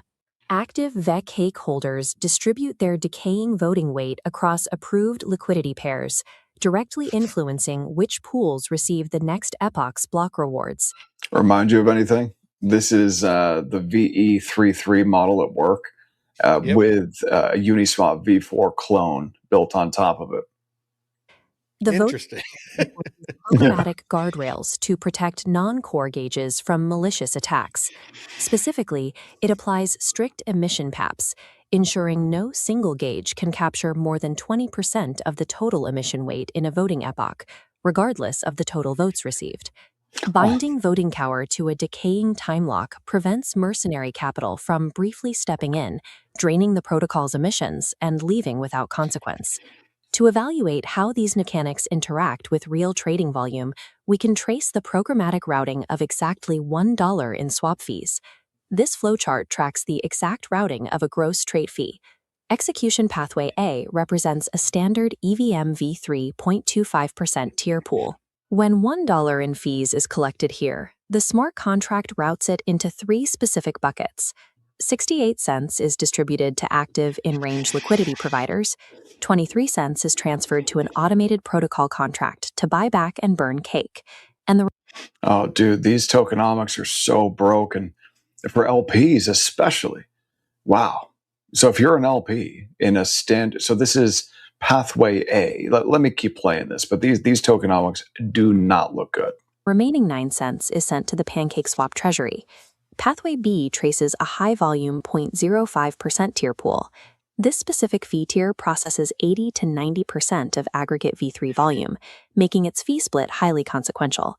While 66 cents goes to liquidity providers, 5 cents is carved out and deposited directly into the VACAKE revenue sharing vault, providing a direct cash flow to locked stakers. The remaining 15 cents goes to burns, and 14 cents to the treasury. Okay, so you already, as an LP, don't have a statistical edge. And then if you provide liquidity on PancakeSwap, you're going to earn only 66 cents on the dollar in a high volume pool? Like, make that make sense. Finally, Pathway C shows the intent-based PCSX framework. This system connects traders directly to professional market makers via request for quote routing. Because external market makers fill the inventory, standard AMM liquidity providers receive 0 fees from these executions. Instead, roughly 66.6 cents of that dollar is routed directly to market buybacks and token burns. Dynamically shifting these fee distributions allows the protocol to extract maximum deflationary value from massive institutional trades, while preserving direct yield for retail token lockers. Beyond direct fee sharing, the system connects passive liquidity provision to the active locking ecosystem through an algorithmic multiplier known as BCake. Under standard conditions, a liquidity provider's baseline reward weight is calculated strictly by the raw capital they have deposited into a pool gauge. As we can see in this equation, BCake recalculates that baseline. It takes an LP's raw liquidity position size and artificially expands their effective weight based on their individual share of the total global VCake supply. This mathematical expansion carries a strict upper limit. High conviction token lockers can leverage their V-cake balance to achieve up to a 2.5x multiplier on their farm yield emissions compared to non-staking providers. This multiplier does not print new baseline tokens. The total block emission is entirely fixed. V-cake simply reallocates the existing token block, pulling yield away from short-term farmers and giving it to long-term committed actors. Utilizing nonlinear multipliers successfully targets rewards towards extreme protocol loyalty without triggering the hyperinflationary token dilution that has historically collapsed standard decentralized exchange economies. The microequations executed by Infinity and vCake ultimately dictate the macro reality of a protocol operating seamlessly across 11 distinct blockchains. This scale visualizes the final flow of value. The 66.6% cuts from market maker intents, the 15% slices from high-volume V3 pools, and the ancillary proceeds from lotteries and gaming commissions all aggregate into automated market buyback and burn contracts. These massive automated token burns are balanced directly against the protocol's fixed, heavily reduced block emissions. When aggregate weekly token burns permanently outpace gross block emissions, the protocol achieves ultrasound status. The circulating token supply enters a state of net deflation.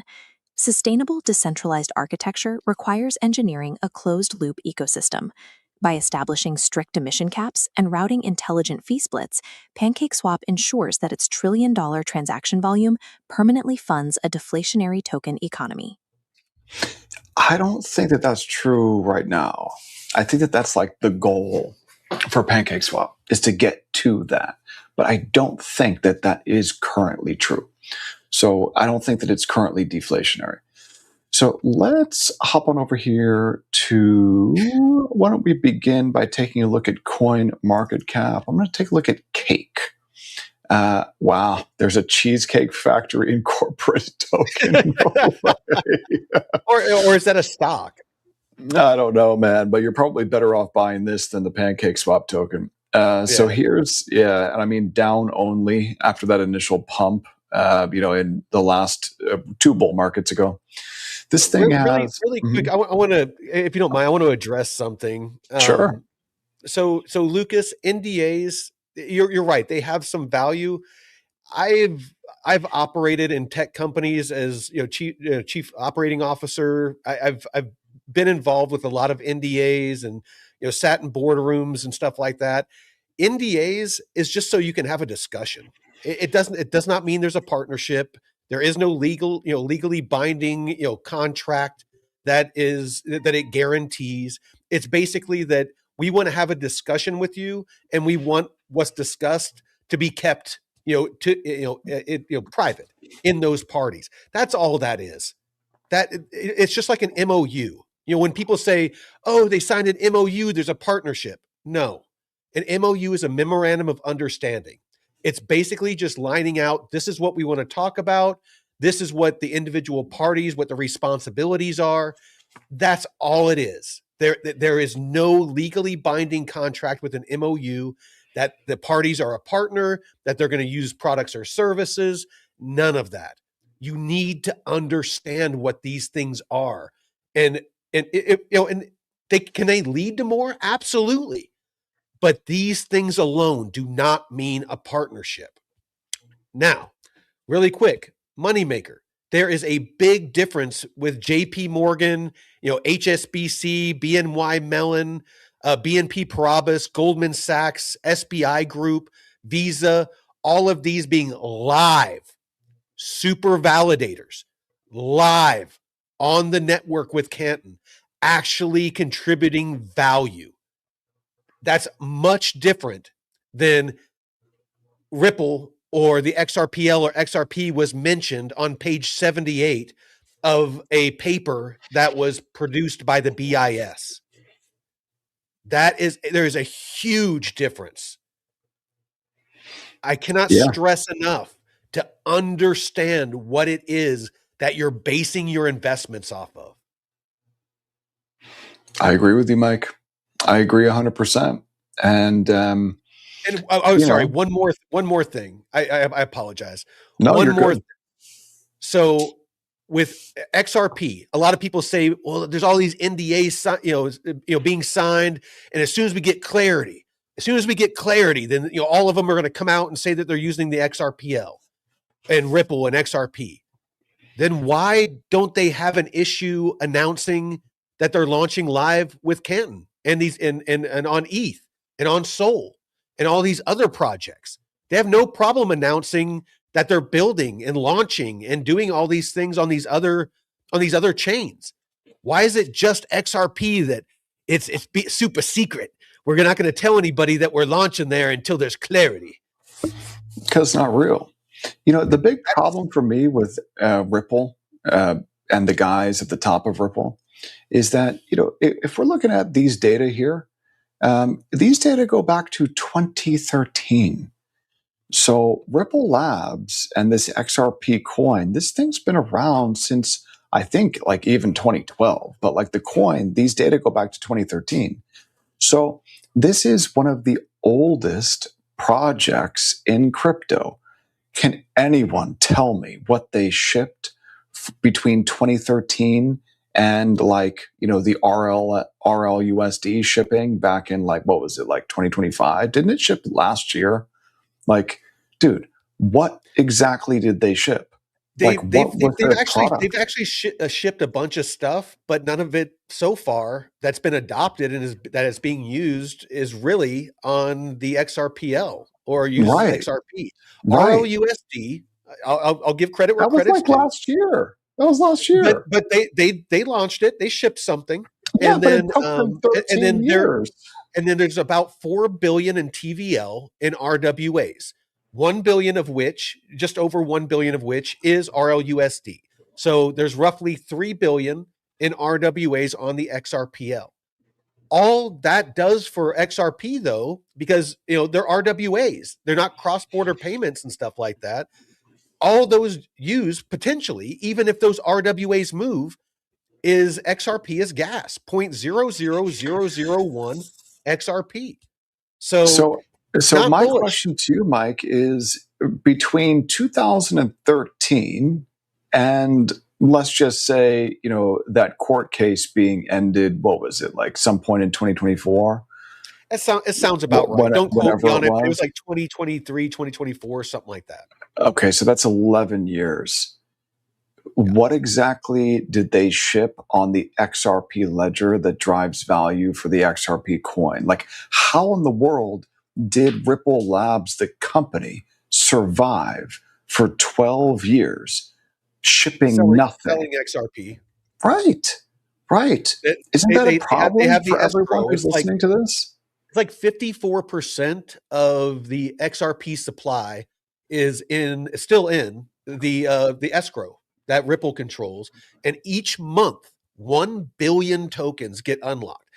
And to be fair, you guys, a lot of times they relock, either all or part of it. But when I looked, I believe it was this past month, they sold 300 million tokens and relocked 700 million. But they could be dumping all of it constantly. It's constant sell pressure. So, for me, they've had well over a decade to ship something useful. And only recently have they started to do that within the last couple of years. And none of it drives any value for XRP coin holders. You don't own equity in Ripple Labs. You own a do-nothing coin with no value accrual mechanism. So, the problem for me is, okay, the reason why I think it's a scam and a fraud is if I start a company and I start a chain and I claim that I can move value cheap and fast and no one uses it ever, not really, and all I do is create a giant marketing engine and I've got a big bucket of these coins that I create, call it Dave coin. And I say, I'm going to compete with Swift. And for 10 years, all I do is dump Dave coin on retail. And I take that money and I don't do anything. I don't ship anything. There's no there. But you buy Medico, you buy, all these, companies. And do nothing with it. And ship nothing. Yeah. And it's I mean, like, that's a basically, problem, man. in my That's super opinion, scammy. well, in my opinion, retail is being used to bootstrap for bootstrap liquidity for them to become a bank.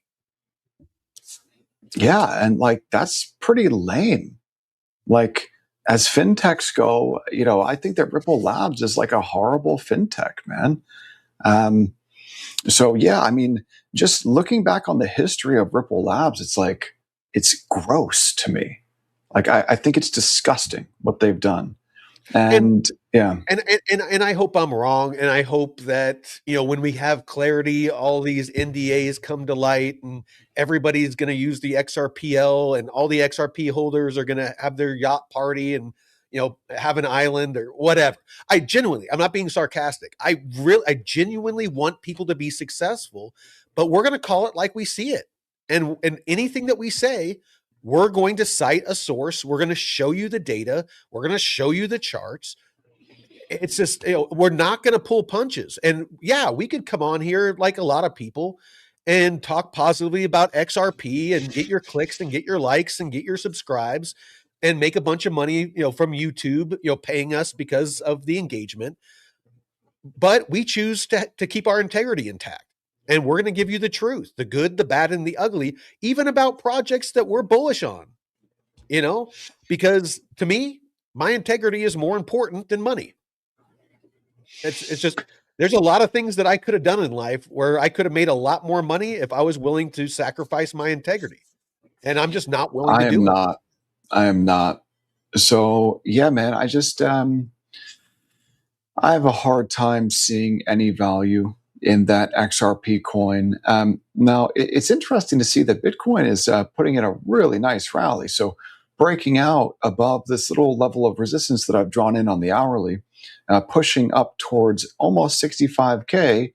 And if we zoom out, it is sitting right at that level. This is the bear market trend line resistance here. So Bitcoin, this is a falling wedge. This is a very bullish pattern. If we get a breakout here out of BTC, we could get a nice little rally in the first couple of days here of August. So this is looking pretty nice for Bitcoin. If we take a look at the S&P, just real quick, man, the S&P has just done nothing but rip higher, 8,000 firmly within its sights. If we take a look at the NASDAQ pulling back just a hair today. Nice V-shaped reversal here out of the NASDAQ. And importantly, we've got to continue to track yields. So yields on the 10-year after, Warsh took no action last week, yields pumped and giving some of it back. Let's go ahead and take a look here real quick at yields on the 30-year. So yields on the 30-year got all the way up to 5.281%, pulling back decently. That's about 10 basis points. Yields on the Japanese 30-year, unable to put in a fresh high here. So we had that high in the middle of May at, I'll call it 4.218%. And we put in a series of lower highs here as the Bank of Japan has been aggressively intervening with the help of the Fed and Treasury. So that is super important to watch. Let's take a look at crude oil and gold because we saw some big moves out of gold today. I mean, gold up almost 4%. Crude oil has, been down from $93 all the way down here today to $75. I think that there's probably a floor underneath crude simply because with the draining of the SPR and that's the Strategic Petroleum Reserve here in the United States, and the draining of petroleum reserves globally, they're going to need to be refilled. And so as crude pulls back, I think that gives an opportunity to a lot of governments around the world, to buy some crude oil. To refill their reserves. We've got to take a look at gold here, man. Look at gold plus 3.76% today. Silver plus 3.59% today. Gold and silver getting a nice bid. If we zoom out here on gold, though, this is a daily. Let's zoom out on gold to a weekly. So, we have seen rallies like this in the past out of gold after pulling back. The difference here is that this is a trend line break. So if we go ahead and draw in trend line resistance here, gold has broken above trend line resistance. This is a breakout. So will there be continuation? Looks like there probably will be. Let's see if we can find any gaps in here on this chart of gold on the daily. Yeah, you got to mind those gaps, man. Mind the gap. I don't see any gaps here at all. So yeah, I mean, nice breakout though. Level of resistance comes in the first one at $4,400. You could see more upside out of gold, and you got to watch the dollar too. You know, with the yields starting to pull back a little bit, that should mean that the dollar sees some more weakness. Weakness in the dollar likely means strength out of commodities. Is that a gap on the dollar? Where it says DX, where it says DXY, like right above the Y? No, I don't see it. But you know, sitting at support. Go to the left, right there. Back a little bit. It's already. This has already been filled.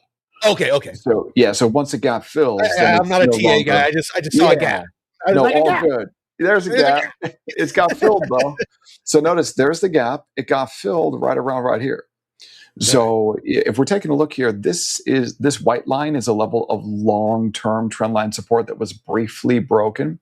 This orange line is an intermediate level of support, which was held on Monday, and we're pulling back towards it again.